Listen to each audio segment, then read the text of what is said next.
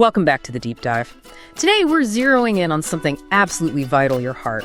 We're doing a quick but really important exploration of heart health today. And we're using guidance from Blood Test UK, specifically looking at cholesterol testing right there in Christchurch. Our goal, to make it super simple, why is just one blood test like such a big deal for spotting problems early? It really is. And understanding it starts with, well, knowing about cholesterol itself. People talk about good and bad cholesterol. Right. It's really about these carriers in your blood, lipoproteins. Think of them as tiny delivery trucks. The bad guys, LDL, low-density lipoproteins that can sort of dump fatty stuff onto your artery walls, plaque. Not good. Okay, so you want fewer of those trucks. Exactly. You want that number low, ideally below 3.0 millimoles per liter. That's the target. Then you got the good guys, HDL, high-density lipoproteins are like the cleanup crew. Taking the bad stuff away. Precisely. They grab extra fat from the arteries. So for HDL, you want the number high, like 1.00 or even more. Okay, that makes sense. Good guys high, bad guys low.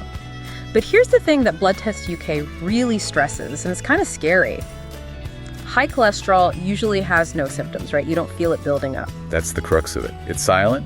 You feel fine. Meanwhile, that LDL might be depositing plaque, clogging things up, atherosclerosis. Clogged pipes, basically. Yeah. And that's why health pros in Christchurch, like Dr. Sarah Thompson mentioned in the materials, push for this testing. She apparently sees a, quote, remarkable difference in patient outcomes when it's caught early. Early means simpler fixes. It's not just scary news then, it can actually be a motivator. Like that story about John, 55. Oh yeah, the case study. He found out his LDL was high from a routine test. And that result, it was the wake-up call he needed. Changed his diet, started exercising. It gave him power, didn't it? Knowledge turned into action. He lowered his risk before something bad happened. So how often should people, be getting this checked? John was 55, but what about younger folks? Good question. For most healthy adults, the general advice is maybe every 4 to 6 years. But, and this is important if you have risk factors, like maybe heart disease runs in your family, or you have diabetes, then definitely sooner and more often. Your doctor would guide that. Okay. And there's something about preparing for the test too. Fasting. Yes, fasting. Usually no food or drink except water for about 9 to 12 hours beforehand. Why is that? It's mainly for triglycerides. That's another type of fat in your blood. If you eat right before, the test just shows the fat from your meal.